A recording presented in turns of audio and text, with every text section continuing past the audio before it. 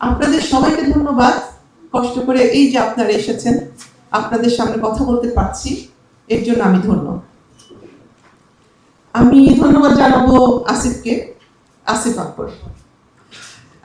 তার কারণ হচ্ছে তার গান আমি খুব পছন্দ করি অনেক আগে থেকেই, তার একজন ভক্ত আমি।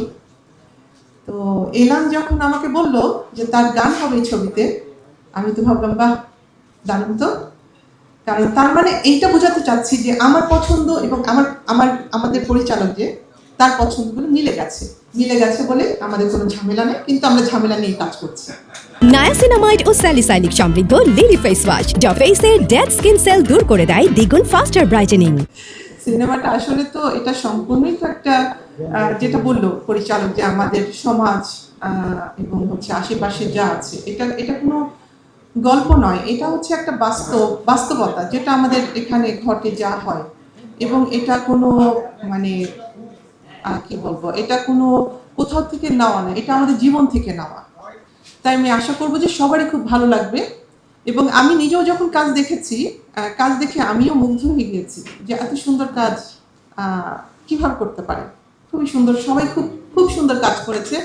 এবং আমাদের যারা কাজ করেছেন তারা প্রত্যেকজন খুবই গুণী শিল্পী। এবং আমি কারো কাজ দেখে আমি পর্যন্ত 2টা ইন্টারভিউতে বলে দিয়েছি, বিশেষ করে আমি যখন তানজিকা আমিনের প্রথম কাজটা দেখলাম, সেই স্টেজে আসলো, এসে কি বেশি সময় নিল না, একটা টেকে এমনভাবে মানে রোলটা প্লে করলো, আমি দেখে মুগ্ধ হয়ে গেলাম। তো এখানে সবাই যারা কাজ করেছে খুবই ভালো কাজ করেছে এবং সবাই খুব গুণী শিল্পী। আমি আসলে তাদেরকে একজন করে নাম বলে পারবো না, সবাই খুব ভালো কাজ করেছে। আবার সবার কাজ দেখা সম্ভব হয়নি আমার, আমি খুবই অল্প সময়ের জন্য ছিলাম। আর এইটাই আমাদের আসলে খুবই অল্প সময়ের মধ্যে অনেক বড় কিছু হয়ে গেছে।